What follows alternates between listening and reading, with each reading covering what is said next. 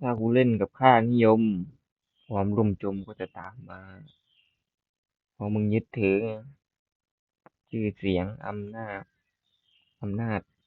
ยศศักดิ์บรรดาชื่อเสียงเพื่อนกินหาง่ายเพื่อนตายงานไม่ค่อยมีหรอกใครจะไม่ยอมตายกับมึงนี่มึงคิดว่าโลกนี้มันเด็กเล่นเหรอระบบมันที่ตั้งแต่ระบบการเรียนการสอนขึ้นไต่ขึ้นไปแล้ว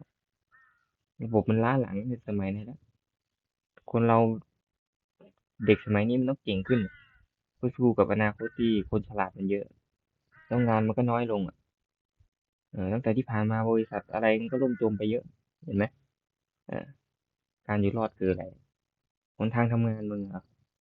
เนี่ยเศรษฐกิจผสมผสานหนทางทางรอดไม่ใช่วิ่งแข่งกันทำงานแข่งความจริงกันไม่ทำงานเด้อเทอะอู้คิดได้แค่นั้น